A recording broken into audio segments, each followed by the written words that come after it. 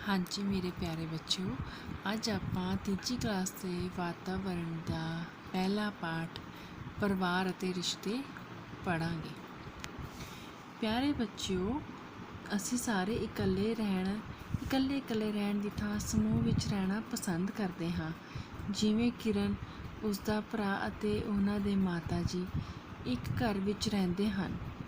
यह एक परिवार है।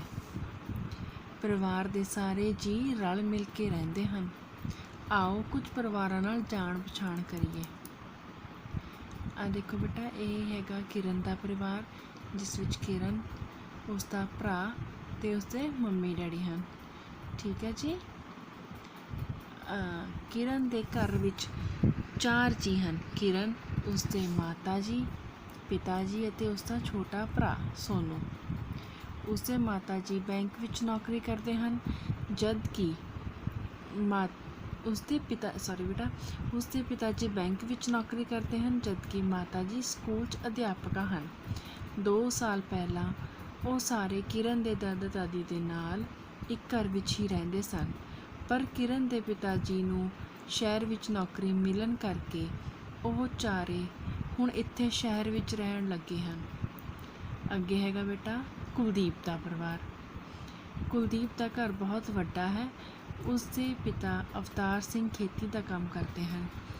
चाचा जगतार सिंह भी खेतों में उन्हां दी मदद करते हैं। उसके माता नसीब कौर घर विच पशुओं नूं साਂਭਦੇ हैं, जबकि जद उसके माता जी मੱਝਾਂ का दुध चो रहे होंदे हैं तो उसके चाची जी रसोई विच खाना बनाते हैं। उसके चाचा जी की लड़की मनदीप भी उन्होंने नाल रहिंदी है। शाम नूं जद खाना बन जाता है तो दादी जी सबनों खाना वरता देंदे हैं।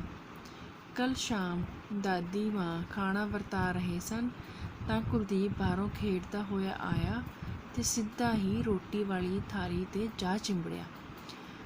दादी जी ने थाली पासे करते हुए कहा, पहला हाथ धो के आ। गंदे हत्थों विच कीटाणु होंदे हन जो बीमार कर देंदे हैं। अपने शरीर का ख्याल रख के असी गंदगी तो होने वाली बीमारियों तो बच के सेहतमंद रह सकते हैं। देखिए बच्चों, हुण आपां 2 तरह के परिवार देखे।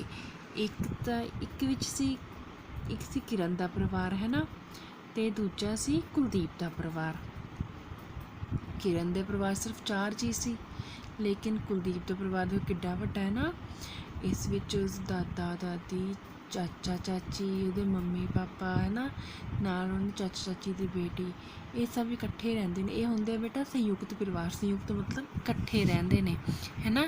ते जिहड़ा किरण का परिवार है बेटा, वो इक्को परिवार है ना। ਉਹਦੇ 'ਚ ਹੋਰ कोई नहीं रहता, मम्मी डैडी तो उन्होंने बच्चे ही ने बस, इस करके वो एकांगी परिवार हो गया। ठीक है। हुण आपां देखो थल्ले तुसीं ਹੁਣ ਤੁਸੀਂ ਦੇਖਿਆ ਨਾ, ਜਦ ਕੁਲਦੀਪ ਰੋਟੀ ਖਾਣ ਲੱਗਿਆ ਗੰਦੇ ਹੱਥਾਂ ਨਾਲ ਤਾਂ ਉਹਦੀ ਦਾਦੀ ਜੀ ਨੇ ਉਹਨੂੰ ਡਾਂਟ ਕੇ ਪਰਾਂ ਨੂੰ ਕਰਤਾ ਸੀ ਨਾ। ਨਹੀਂ, ਪਹਿਲਾਂ ਹੱਥ ਧੋ ਕੇ ਰੋਟੀ ਖਾਣੀ ਹੈ। ਕਿਉਂ ਬੇਟਾ? ਕਿਉਂਕਿ ਹੱਥ ਧੋ ਕੇ ਜੇ ਆਪਾਂ ਗੰਦੇ ਹੱਥਾਂ ਨਾਲ ਰੋਟੀ ਖਾਂਦੇ ਹਾਂ, ਹੱਥ ਨਹੀਂ ਧੋਂਦੇ, ਉਸ ਟਾਈਮ ਕੀ ਹੁੰਦਾ, ਸਾਡੇ ਹੱਥਾਂ ਜਿਹੜੇ ਕੀਟਾਣੂ ਨੇ ਉਹ ਸਾਡੇ ਮੂੰਹ ਰਾਹੀਂ ਸਾਡੇ ਪੇਟ ਵਿੱਚ ਚਲੇ ਜਾਂਦੇ ਨੇ, ਜਿਨ੍ਹਾਂ ਨਾਲ ਸਾਨੂੰ ਬਹੁਤ ਤਰ੍ਹਾਂ ਦੀਆਂ ਬਿਮਾਰੀਆਂ ਲੱਗ ਸਕਦੀਆਂ ਨੇ। ਆਓ ਬੱਚਿਓ, ਕੁਝ ਚੰਗੀਆਂ ਆਦਤਾਂ ਬਾਰੇ ਜਾਣੀਏ। खुले विच पखाना ना करना ਅਤੇ अपने घर विच बने पखाने की वरतों करना। ठीक है। इसका मतलब की हो गया कि तुसीं खुले जाके लैट्रिन बाथरूम नहीं करना, तो सिर्फ अपने जो घर च बाथरूम बनया होंदा है उहदी ही वरतों करनी है।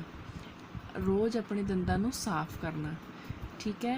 सवेरे उठ के सब तो पहला अपने दंद ब्रश करना दंदां नूं, ठीक है, चंगी तरह उस ते अपने दंदां नूं साफ रखना है।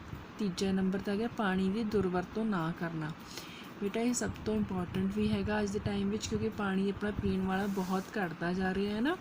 पीण योग जो वरतों योग पानी दिन पर दिन घटता जा रहा है, इस करके भी तो वैसे भी अपन पानी की कदे भी दुरवरतों नहीं करनी चाहिए। दुरवरतों किवें होंदी है बेटा? जिवें टूटी खुली छड्डती है ना, पानी एक गिलास पीता एक वैसी डोल दिता, ये सब दुरवरतों होंदी है। पानी टूटी जदों भी तुहानूं देखदे तुहानूं कहंदे हैं ना कि पानी टूटी बंद करो, है ना, ਇਵੇਂ ਹੀ ਕਦੀ ਵੀ ਪਾਣੀ ਨੂੰ ਅਜਾਈਂ ਬਰਬਾਦ ਨਹੀਂ ਕਰਨਾ ਚਾਹੀਦਾ ਹੈਗਾ। ਰੋਜ਼ ਨਹਾ ਕੇ ਆਉਣਾ, ਸਕੂਲ ਜਾਣਾ, ਠੀਕ ਹੈ। ਸਕੂਲ ਜਾਣ ਤੋਂ ਪਹਿਲਾਂ ਆਪਾਂ ਨੂੰ ਰੋਜ਼ ਨਹਾਉਣਾ ਚਾਹੀਦਾ ਹੈ। ਨਹਾਉਣ ਤੋਂ ਬਾਅਦ ਸਾਫ਼ ਕੱਪੜੇ ਪਾਉਣੇ ਚਾਹੀਦੇ ਨੇ। ਆਪਣੇ ਹੱਥਾਂ ਅਤੇ ਪੈਰਾਂ ਦੇ ਨਹੁਆਂ ਨੂੰ ਸਮੇਂ 'ਤੇ ਕੱਟਣਾ ਚਾਹੀਦਾ ਹੈ, ਠੀਕ ਹੈ। ਤੁਹਾਨੂੰ ਅਸੀਂ ਕਹਿੰਦੇ ਹੁੰਦੇ ਆ ਨਾ ਵੀ ਨੇਲਸ ਤੁਹਾਡੇ ਵੱਡੇ ਹੋ ਗਏ, ਇਹਨਾਂ ਨੂੰ ਕੱਟ ਕੇ ਆਓ, ਹੈ ਨਾ, ਕਿਉਂਕਿ ਆਪਣੇ ਜਿਹੜੇ ਵੱਡੇ ਨਹੁੰ ਹੁੰਦੇ ਆ ਇਹਨਾਂ ਵਿੱਚ ਬਹੁਤ ਤਰ੍ਹਾਂ ਦੀ ਗੰਦਗੀ ਭਰ ਜਾਂਦੀ ਹੈ, ਜੋ ਕਿ ਸਾਨੂੰ ਕਈ ਤਰ੍ਹਾਂ ਦੀਆਂ ਬਿਮਾਰੀਆਂ ਲਗਾ ਸਕਦੀ ਹੈ। ਖਾਣਾ ਖਾਣ ਤੋਂ ਪਹਿਲਾਂ ਆਪਣੇ ਹੱਥਾਂ ਨੂੰ ਚੰਗੀ ਤਰ੍ਹਾਂ ਸਾਬਣ ਨਾਲ ਧੋਣਾ, ਠੀਕ ਹੈ। ਅੱਗੇ ਹੈਗਾ ਸਾਫ਼ ਸੁਥਰੀ ਵਰਦੀ ਅਤੇ ਪਾਲਿਸ਼ ਕੀਤੇ ਹੋਏ ਬੂਟ ਪਾ ਕੇ ਸਕੂਲ ਆਉਣਾ। ਬੇਟਾ ਜੇ ਆਪਾਂ ਸਾਫ਼ ਵਰਦੀ ਪਾਵਾਂਗੇ, ਪਾਲਿਸ਼ ਕੀਤੇ ਹੋਏ ਸ਼ੂਜ਼ ਪਾਵਾਂਗੇ, ਹੈ ਨਾ, ਬੂਟ, ਉਹਦੇ ਨਾਲ ਕੀ ਹੋਏਗਾ, ਆਪਾਂ ਨੂੰ ਇੱਕ ਤਾਂ ਸਾਰਾ ਦਿਨ ਅੱਛਾ ਫੀਲ ਹੋਏਗਾ ਕਿ ਅਸੀਂ ਮਤਲਬ ਸਾਫ਼ ਸੁਥਰੇ ਕੱਪੜੇ ਪਾਏ। ਆਪਾਂ ਨੂੰ ਆਪਣੇ ਅੰਦਰ ਵੀ ਅੱਛਾ ਲੱਗਦਾ ਅਤੇ ਅਸੀਂ ਕਿਸੇ ਵੀ ਤਰ੍ਹਾਂ ਦੀ ਬਿਮਾਰੀ ਤੋਂ ਵੀ ਬਚਦੇ ਹਾਂ, ਠੀਕ ਹੈ। ਸਫਾਈ ਸਭ ਬਿਮਾਰੀਆਂ ਤੋਂ ਸਾਨੂੰ ਦੂਰ ਰੱਖਦੀ ਹੈ। ਆਹ ਦੇਖੋ ਇੱਕ ਪੋਇਮ ਵੀ ਹੈਗੀ ਬੇਟਾ ਆਪਣੀ ਪੁਸਤਕ ਵਿੱਚ। 1 2 ਹੱਥ ਧੋ, 3 4 ਸਾਬਣ ਨਾਲ ਹਰ ਵਾਰ, 5 6 ਬਾਕੀਆਂ ਨੂੰ ਵੀ ਸਾਬਣ ਦੇ, 7 8 ਖੋਲ ਅਕਲ ਦੀ ਗੱਠ, 9 10 ਬਾਕੀਆਂ ਨੂੰ ਵੀ ਦੱਸ। ਫਿਰ ਦੁਬਾਰਾ ਕਰੀਏ ਇੱਕ ਵਾਰੀ। 1 2 ਹੱਥ ਧੋ, 3 4 ਸਾਬਣ ਨਾਲ ਹਰ ਵਾਰ, 5 6 ਬਾਕੀਆਂ ਨੂੰ ਵੀ ਸਾਬਣ ਦੇ, 7 8 ਖੋਲ ਅਕਲ ਦੀ ਗੱਠ, 9 10 ਬਾਕੀਆਂ ਨੂੰ ਵੀ ਦੱਸ। ਵਧੀਆ ਲੱਗੀ ਨਾ ਬੇਟਾ ਪੋਇਮ ਇਹ?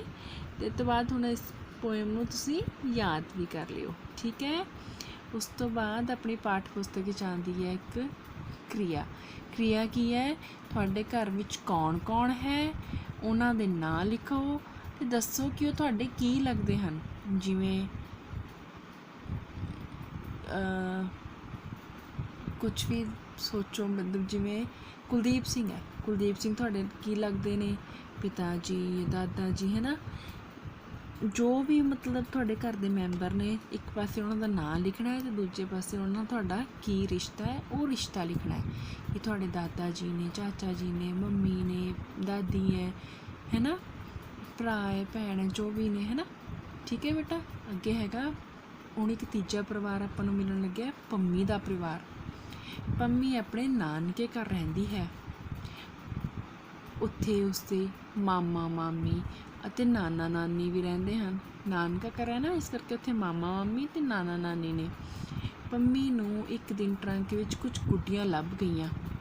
ਉਸਦੀ ਨਾਨੀ ਨੇ ਦੱਸਿਆ ਕਿ ਪੰਮੀ ਦੀ ਮਾਂ ਜਦ ਛੋਟੀ ਹੁੰਦੀ ਸੀ ਤਾਂ ਉਹ ਇਹਨਾਂ ਗੁੱਡੀਆਂ ਨਾਲ ਖੇਡਦੀ ਹੁੰਦੀ ਸੀ।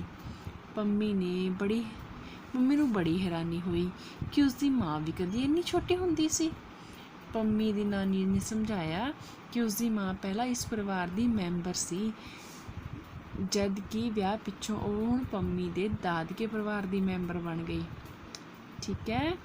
ਇੱਦਾਂ ਹੀ ਹੁੰਦਾ ਨਾ, ਪਹਿਲਾਂ ਬੇਟਾ ਜਿਹੜੀ ਸਾਡੀ ਮੰਮੀ ਹੁੰਦੀ ਉਹ ਸਾਡੇ ਨਾਨਕੇ ਪਰਿਵਾਰ ਦੇ ਮੈਂਬਰ ਹੁੰਦੇ ਆ, ਅਤੇ ਜਦੋਂ ਉਹਨਾਂ ਦਾ ਵਿਆਹ ਹੋ ਜਾਂਦਾ ਫਿਰ ਉਹ ਦਾਦਕੇ ਪਰਿਵਾਰ ਦੇ ਮੈਂਬਰ ਬਣ ਜਾਂਦੇ ਆ, ਠੀਕ ਹੈ। ਆਪਣੇ ਪਰਿਵਾਰ ਦੇ ਕਿਸੇ ਬਜ਼ੁਰਗ ਮੈਂਬਰ ਨੂੰ ਪੁੱਛੋ ਕਿ ਉਹ ਆਪਣੇ ਬਚਪਨ ਵਿੱਚ ਵੀ ਇਸੇ ਪਰਿਵਾਰ ਦੇ ਮੈਂਬਰ ਸਨ।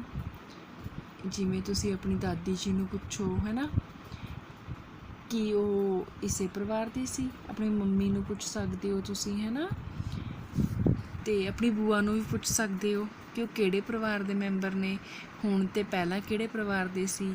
ਇੱਦਾਂ ਆਪਣੇ ਬਜ਼ੁਰਗਾਂ ਨੂੰ ਪੁੱਛਿਓ ਕਿ ਉਹ ਕਿਹੜੇ ਕਿਹੜੇ ਪਰਿਵਾਰ ਦੇ ਮੈਂਬਰ ਸੀ ਪਹਿਲਾਂ। ਅੱਗੇ ਆਉਂਦਾ ਬੇਟਾ ਹੁਣ ਰਾਣੀ ਦਾ ਪਰਿਵਾਰ। ਰਾਣੀ ਦੇ ਪਿਤਾ ਮਜ਼ਦੂਰੀ ਕਰਦੇ ਹਨ। ਉਸ ਦੀਆਂ 3 ਭੈਣਾਂ ਅਤੇ 2 ਭਰਾ ਹਨ। ਜਦੋਂ ਰਾਣੀ ਦੇ ਮਾਤਾ ਜੀ ਘਰ ਦਾ ਕੰਮ ਕਰਦੇ ਹਨ ਤਾਂ ਰਾਣੀ ਆਪਣੇ ਛੋਟੇ ਭਰਾਵਾਂ ਨੂੰ ਖਿਡਾਉਂਦੀ ਹੈ, ਇਸ ਕਰਕੇ ਉਹ ਸਕੂਲ ਨਹੀਂ ਜਾ ਸਕਦੀ। ਉਸਦਾ ਵੀ ਸਕੂਲ ਜਾਣ ਨੂੰ ਦਿਲ ਕਰਦਾ ਹੈ, ਪਰ ਉਸਦੇ ਪਿਤਾ ਜੀ ਕਹਿੰਦੇ ਹਨ ਕਿ ਉਹ ਇੰਨੇ ਬੱਚਿਆਂ ਨੂੰ ਨਹੀਂ ਪੜ੍ਹਾ ਸਕਦੇ। ਅੱਛਾ ਬੱਚੋ, ਤੁਸੀਂ ਦੱਸੋ ਰਾਣੀ ਨੂੰ ਸਕੂਲ ਜਾਣਾ ਚਾਹੀਦਾ ਹੈ? ਜੇ ਉਹਦਾ ਮਨ ਹੈ ਤਾਂ ਉਹਨੂੰ ਕੀ ਕਰਨਾ ਚਾਹੀਦਾ ਹੈ? ਬਿਲਕੁਲ, ਸਭ ਬੱਚਿਆਂ ਨੂੰ ਬੇਟਾ ਪੜ੍ਹਨ ਦਾ ਅਧਿਕਾਰ ਹੁੰਦਾ, ਇਸ ਕਰਕੇ ਰਾਣੀ ਨੂੰ ਵੀ ਸਕੂਲ ਜਾ ਕੇ ਆਪਣਾ ਭਵਿੱਖ ਬਣਾਉਣ ਦਾ ਪੂਰਾ ਅਧਿਕਾਰ ਹੈ। ਉਹਨੂੰ ਵੀ ਪੜ੍ਹਨਾ ਚਾਹੀਦਾ, ਨਾ ਕਿ ਉਹਨੂੰ ਘਰ ਰਹਿ ਕੇ ਆਪਣੇ ਬੱਚਿਆਂ ਨੂੰ ਖਿਡਾਉਣਾ ਚਾਹੀਦਾ। ਅਤੇ ਵੈਸੇ ਵੀ ਜਿਹੜੇ ਆਪਣੇ ਸਰਕਾਰੀ ਸਕੂਲ ਹੁੰਦੇ ਨੇ ਬੇਟਾ, ਇਹਨਾਂ 'ਚ ਤਾਂ ਬਿਲਕੁਲ ਪੜ੍ਹਾਈ ਮੁਫਤ ਹੁੰਦੀ ਹੈ ਨਾ, ਇਹਨਾਂ 'ਚ ਤਾਂ ਕੋਈ ਫੀਸ ਨਹੀਂ ਹੈਗੀ। ਇਸ ਕਰਕੇ ਰਾਣੀ ਦੇ ਪਿਤਾ ਜੀ ਨੂੰ ਤਾਂ ਕੋਈ ਔਖਾ ਨਹੀਂ ਹੋਣਾ ਚਾਹੀਦਾ ਉਹਨਾਂ ਨੂੰ ਸਕੂਲ 'ਚ ਪੜ੍ਹਾਉਣਾ, ਹੈ ਨਾ। ਅਤੇ ਸਾਨੂੰ ਲੱਗਦਾ ਕਿ ਰਾਣੀ ਨੂੰ ਵੀ ਸਕੂਲ ਪੜ੍ਹਨ ਜਾਣਾ ਚਾਹੀਦਾ ਹੈ। ਜਦੋਂ ਦੀਪੂ ਦੇ ਸੱਟ ਲੱਗੀ, ਬੱਚਿਓ ਤੁਸੀਂ ਸਕੂਲ ਤੋਂ ਬਾਅਦ ਘਰ ਜਾਂਦੇ ਹੋ? ਦੀਪੂ ਵੀ ਕੱਲ੍ਹ ਸਕੂਲ ਤੋਂ ਬਾਅਦ ਜਦ ਘਰ ਗਿਆ ਤਾਂ ਉਸਦੀ ਮਾਤਾ ਜੀ ਨੇ ਉਸਨੂੰ ਖਾਣ ਲਈ ਰੋਟੀ ਦਿੱਤੀ। ਦੀਪੂ ਰੋਟੀ ਖਾ ਕੇ ਖੇਡਣ ਚਲਾ ਗਿਆ। ਖੇਡਦੇ ਹੋਏ ਦੀਪੂ ਡਿੱਗ ਪਿਆ ਅਤੇ ਉਸਦੇ ਗੋਡਿਆਂ 'ਤੇ ਰਗੜਾਂ ਲੱਗ ਗਈਆਂ। ਦੀਪੂ ਰੋਣ ਲੱਗਾ ਤਾਂ ਦੂਸਰੇ ਬੱਚੇ ਦੌੜ ਗਏ। ਉਸਦਾ ਭਰਾ ਉਸਨੂੰ ਚੁੱਕ ਕੇ ਘਰ ਲੈ ਆਇਆ। ਉਸਦੇ ਮਾਤਾ ਜੀ ਨੇ ਸੱਟ ਵਾਲੀ ਥਾਂ ਉੱਤੇ ਮੱਲਮ ਲਗਾਈ। ਦੀਪੂ ਦੀ ਪੀੜ ਘੱਟ ਹੋ ਗਈ। ਉਸਦੇ ਪਿਤਾ ਜੀ ਨੇ ਕਿਹਾ ਕਿ ਉਹ ਆਪਣੇ ਤੋਂ ਵੱਡੇ ਬੱਚਿਆਂ ਨਾਲ ਨਾ ਖੇਡਿਆ ਕਰੇ। ਠੀਕ ਹੈ ਬੇਟਾ, ਹੁਣ ਜੇ ਵੱਡੇ ਬੱਚਿਆਂ ਨਾਲ ਖੇਡਦੇ ਕਈ ਵਾਰੀ ਹੈ ਨਾ ਆਪਾਂ ਨੂੰ ਸੱਟ ਲੱਗ ਸਕਦੀ ਹੈ ਨਾ। ਅਤੇ ਸਭ ਤੋਂ ਵੱਡੀ ਗੱਲ ਕਿ ਉਹਨਾਂ ਨੇ ਜਦੋਂ ਦੀਪੂ ਨੂੰ ਸੱਟ ਲੱਗੀ ਤਾਂ ਉਹਦੇ ਫਰੈਂਡਸ ਨੇ ਉਹਨੂੰ ਸੰਭਾਲਿਆ ਨਹੀਂ, ਉਹਨੂੰ ਛੱਡ ਕੇ ਭੱਜ ਗਏ। ਫਿਰ ਉਸ ਟਾਈਮ ਉਹਦਾ ਭਰਾ ਉਹਨੂੰ ਲੈ ਕੇ ਘਰ ਆਇਆ ਅਤੇ ਉਹਦੀ ਮਾਤਾ ਜੀ ਨੇ ਉਹਦੀ ਮੱਲਮ ਪੱਟੀ ਕੀਤੀ, ਹੈ ਨਾ। ਜਦੋਂ ਸ਼ਰਨ ਚੰਗਾ ਮੁੰਡਾ ਬਣਦਾ ਹੈ। ਸ਼ਰਨ ਦੇ ਮਾਤਾ ਜੀ ਘਰ ਨੂੰ ਬਹੁਤ ਸਾਫ਼ ਰੱਖਦੇ ਹਨ। ਉਸਦੀ ਵੱਡੀ ਭੈਣ ਵੀ ਹਰ ਚੀਜ਼ ਨੂੰ ਵਰਤਣ ਤੋਂ ਬਾਅਦ ਉਸਦੇ ਸਹੀ ਟਿਕਾਣੇ ਉੱਤੇ ਰੱਖ ਦਿੰਦੀ ਹੈ। ਪਰ ਸ਼ਰਨ ਘਰ ਵਿੱਚ ਬਹੁਤ ਖਿਲਾਰਾ ਪਾਉਂਦਾ ਹੈ। ਉਹ ਸਕੂਲੋਂ ਆ ਕੇ ਆਪਣੇ ਕੱਪੜੇ ਮੰਜੇ 'ਤੇ ਸੁੱਟ ਦਿੰਦਾ ਹੈ ਅਤੇ ਬੂਟ ਵਿਹੜੇ 'ਚ ਲਾ ਦਿੰਦਾ ਹੈ। ਘਰ ਲਈ ਦਿੱਤੇ ਕੰਮ ਨੂੰ ਕਰਨ ਸਮੇਂ ਆਪਣੀਆਂ ਕਾਪੀਆਂ ਇੱਧਰ ਉੱਧਰ ਰੱਖ ਦਿੰਦਾ ਹੈ। ਸਕੂਲ ਜਾਣ ਸਮੇਂ ਉਸਦੀ ਚੀਜ਼ਾਂ ਨਹੀਂ ਲੱਭਦੀਆਂ ਅਤੇ ਉਸਨੂੰ ਝਿੜਕਾਂ ਪੈਂਦੀਆਂ ਨੇ। ਪੈਣਗੇ ਨਾ ਝਿੜਕਾਂ, ਜਦ ਚੀਜ਼ਾਂ ਆਪਾਂ ਨੂੰ ਛੇਤੀ ਛੇਤੀ ਮਿਲਦੀਆਂ ਨਹੀਂ ਹੈਗੀਆਂ। ਹੁਣ ਸ਼ਰਨ ਨੇ ਵੀ ਆਪਣੀ ਚੀਜ਼ਾਂ ਨੂੰ ਟਿਕਾਣੇ 'ਤੇ ਰੱਖਣ ਦਾ ਵਾਅਦਾ ਕੀਤਾ ਕਿ ਮੈਂ ਆਪਣੀ ਚੀਜ਼ਾਂ ਨੂੰ ਲਿਆ ਕੇ ਜਿਹੜੀ ਚੀਜ਼ ਜਿੱਥੇ ਦੀ ਹੈਗੀ ਉਹਨੂੰ ਉੱਥੇ ਹੀ ਰੱਖੇ ਕਰਾਂਗਾ। ਉਹ ਹੋਰ ਵੀ ਚੰਗੀਆਂ ਗੱਲਾਂ ਸਿੱਖ ਰਿਹਾ ਹੈ।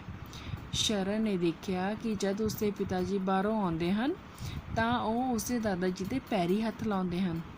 ਸ਼ਰਨ ਵੀ ਆਪਣੇ ਮਾਤਾ ਪਿਤਾ ਅਤੇ ਦਾਦੀ ਜੀ ਦੇ ਪੈਰੀਂ ਹੱਥ ਲਾ ਕੇ ਪ੍ਰਣਾਮ ਕਰਨ ਲੱਗ ਪਿਆ, ਜਿਸ ਕਰਕੇ ਉਸਨੂੰ ਬਹੁਤ ਪਿਆਰ ਕਰਦੇ ਹਨ, ਹੈ ਨਾ। ਜਦ ਆਪਾਂ ਵੱਡਿਆਂ ਦੀ ਆਦਰ ਕਰਦੇ ਹਾਂ ਤਾਂ ਸਾਨੂੰ ਸਾਰੇ ਬਹੁਤ ਪਿਆਰ ਕਰਦੇ ਨੇ। ਸ਼ਰਨ ਦੀ ਭੈਣ ਬਹੁਤ ਸੋਹਣਾ ਗਾਉਂਦੀ ਹੈ। ਉਸਦੇ ਪਿਤਾ ਜੀ ਨੇ ਉਸਨੂੰ ਹਾਰਮੋਨੀਅਮ ਵਜਾਉਣਾ ਉਸਦੇ ਮਾਤਾ ਜੀ ਉਸਨੂੰ ਹਾਰਮੋਨੀਅਮ ਵਜਾਉਣਾ ਸਿਖਾਉਂਦੇ ਹਨ। ਸਕੂਲ ਦੇ ਸਾਲਾਨਾ ਪ੍ਰੋਗਰਾਮ ਵਿੱਚ ਜਦ ਉਸਨੇ ਦੇਸ਼ ਭਗਤੀ ਦਾ ਗੀਤ ਸੁਣਾਇਆ ਤਾਂ ਬਹੁਤ ਤਾੜੀਆਂ ਵੱਜੀਆਂ। ਉਸਦੇ ਪ੍ਰਿੰਸੀਪਲ ਸਾਹਿਬ ਪਾਸੋਂ ਇਨਾਮ ਵੀ ਮਿਲਿਆ। ਪਿਆਰੇ ਬੱਚਿਓ, ਤੁਹਾਡੇ ਪਰਿਵਾਰ ਵਿੱਚ ਕੌਣ ਕਿਸ ਦੇ ਨਾਲ ਮਿਲਦਾ ਜੁਲਦਾ ਹੈ? ਪਰਿਵਾਰ ਦੇ ਅਕਸਰ ਪਰਿਵਾਰਕ ਮੈਂਬਰਾਂ ਦਾ ਚਿਹਰਾ, ਕੱਦ ਜਾਂ ਨੈਣ ਨਕਸ਼ ਆਦਿ ਪਰਿਵਾਰ ਦੇ ਬਾਕੀ ਮੈਂਬਰਾਂ ਵਿੱਚੋਂ ਕਿਸੇ ਨਾ ਕਿਸੇ ਨਾਲ ਮੇਲ ਖਾ ਜਾਂਦੇ ਨੇ। ਠੀਕ ਹੈ, ਇਸ ਲਈ ਹੁਣ ਦੇਖਿਓ ਵੀ ਤੁਹਾਡਾ ਚਿਹਰਾ ਤੁਹਾਡੇ ਪਰਿਵਾਰ ਦੇ ਕਿਸ ਮੈਂਬਰ ਨਾਲ ਮਿਲਦਾ ਜੁਲਦਾ ਹੈ ਨਾ। ਤੁਹਾਡੇ ਮੰਮੀ ਨਾਲ ਮਿਲਦਾ ਹੈ, ਤੁਹਾਡੇ ਡੈਡੀ ਨਾਲ ਮਿਲਦਾ ਹੈ, ਦਾਦੀ ਨਾਲ ਮਿਲਦਾ ਹੈ ਕਿ ਦਾਦਾ ਜੀ ਨਾਲ ਮਿਲਦਾ ਹੈ, ਜਾਂ ਕਈਆਂ ਦਾ ਚਿਹਰਾ ਉਹਨਾਂ ਦੀ ਬੂਆ ਨਾਲ ਵੀ ਮਿਲ ਸਕਦਾ ਹੈ, ਉਹਨਾਂ ਦੀ ਮਾਸੀ ਨਾਲ ਵੀ ਮਿਲ ਸਕਦਾ ਹੈ ਨਾ, ਚਾਚੂ ਨਾਲ ਜਾਂ ਮਾਮਾ ਜੀ ਨਾਲ ਵੀ ਮਿਲ ਸਕਦਾ ਹੈ। ਹੁਣ ਤੁਸੀਂ ਦੱਸਣਾ ਹੈ ਕਿ ਤੁਹਾਡਾ ਚਿਹਰਾ ਤੁਹਾਡੇ ਪਰਿਵਾਰ ਵਿੱਚ ਕਿਸ ਮੈਂਬਰ ਨਾਲ ਮਿਲਦਾ ਜੁਲਦਾ ਹੈ। ਨੀਚੇ ਹੈਗਾ ਬੇਟਾ ਪਰਿਵਾਰਕ ਢਾਂਚਾ। ਇਹਦੇ 'ਚ ਕੀ ਹੈ ਦੇਖੋ, ਦਾਦਾ ਦਾਦੀ, ਉਹਨਾਂ ਦੇ ਅੱਗੇ ਤਾਇਆ ਜੀ, ਫਿਰ ਤਾਇਆ ਜੀ ਦੇ ਵਿਆਹ ਹੋਣ ਤੋਂ ਬਾਅਦ ਤਾਈ ਜੀ ਆ ਗਏ, ਪਿਤਾ ਜੀ ਦਾ ਵਿਆਹ ਹੋਇਆ ਤਾਂ ਮਾਤਾ ਜੀ ਆਏ, ਚਾਚਾ ਜੀ ਅਤੇ ਭੂਆ ਜੀ, ਹੈ ਨਾ। ਹੁਣ ਮਾਤਾ ਜੀ ਔਰ ਪਿਤਾ ਜੀ ਤੋਂ ਅੱਗੇ ਕੌਣ ਆਏ? ਬੇਟਾ ਅਤੇ ਬੇਟੀ। ਇੱਦਾਂ ਹੈ ਨਾ, ਤੁਸੀਂ ਵੀ ਆਪਣਾ ਪਰਿਵਾਰਕ ਢਾਂਚਾ ਬਣਾਉਣ ਦੀ ਇੱਕ ਪ੍ਰੈਕਟਿਸ ਕਰਨੀ ਹੈ ਅਤੇ ਉਸ ਦਾ ਹੋਮਵਰਕ ਕਰਕੇ ਦੇਖਣਾ ਹੈ। ਹੁਣ ਕੁਝ ਯਾਦ ਰੱਖਣ ਜੋ ਕਿਹੜੀਆਂ ਗੱਲਾਂ ਨੇ ਇਹਦੇ 'ਚ? ਕਿਰਨ ਦਾ ਪਰਿਵਾਰ ਛੋਟਾ ਪਰਿਵਾਰ ਹੈ। ਪਰਿਵਾਰ ਦੋ ਤਰ੍ਹਾਂ ਦੇ ਹੁੰਦੇ ਨੇ, ਛੋਟਾ ਪਰਿਵਾਰ ਅਤੇ ਵੱਡਾ ਪਰਿਵਾਰ। ਵੱਡਾ ਪਰਿਵਾਰ ਕਿਹੜਾ ਸੀ ਬੇਟਾ? ਸੰਯੁਕਤ ਪਰਿਵਾਰ, ਜਿਹੜਾ ਕਿ ਕੁਲਦੀਪ ਦਾ ਪਰਿਵਾਰ ਸੀ, ਹੈ ਨਾ।